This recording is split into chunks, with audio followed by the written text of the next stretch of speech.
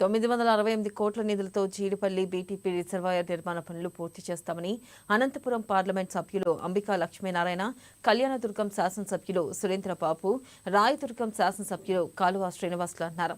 ఇక రాయదుర్గం నియోజకవర్గంలోని గుమ్మగట్ట మండలం బైరవాణి తిప్ప రిజర్వాయర్ నుండి 2 నియోజకవర్గాల రైతులకు లాంఛనంగా సాగునీటిని విడుదల చేశారు.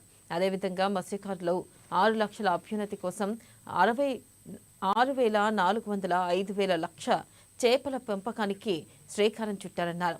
ఇక అనంతరం బీటీపీ డ్యాం సమీపంలో ఆయకట్టు రైతులతో సాగునీరు వాడకంపై సమీక్షించారు. నీటిని యాజమాన్య పద్ధతులతో నీటిని పొదుపుగా వాడుకోవాలని సూచించారు. గత జగన్ ప్రభుత్వంలో అసత్య హామీలు ఇస్తూ 5 ఏళ్లలో కాలయాపన చేశారని విమర్శించారు. ఇక రాయదుర్గం, కళ్యాణదుర్గంపై ముఖ్యమంత్రి చంద్రబాబుకు అమితమైన ప్రేమతో అభివృద్ధికి సహకరిస్తూ నిధులను విడుదల చేస్తున్నారని కొనియాడారు. 5 సంవత్సరాలు పూర్తిగా వృధా చేశారు. సమయం అంతా పోయింది.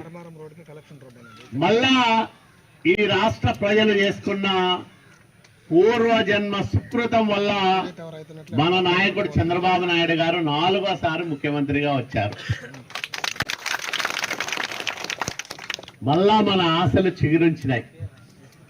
మన అదృష్టం కొద్దీ పనులు చేసిన సురేంద్రబాబు గారు కళ్యాణదుర్గం ప్రజల ఆశీస్సులతో శాసనసభ్యుడు అయ్యారు. ఇంకా బాధ్యత పెరిగింది. నాకు కూడా నమ్మకం పెరిగింది. సురేంద్రబాబు గారు ఎమ్మెల్యే అయినారు కాబట్టి ఖచ్చితంగా ఈ పనులను ప్రభుత్వం డబ్బులు ఇచ్చే దాంట్లో కొంచెం వెనక ముందు చూసుకున్న పనులైతే గ్యారంటీ జరుగుతాయని నమ్మకం వచ్చింది. ఆ రోజు 2017లో ఈ ప్రాజెక్టుకి శ్రీకారం చుట్టడం జరిగింది.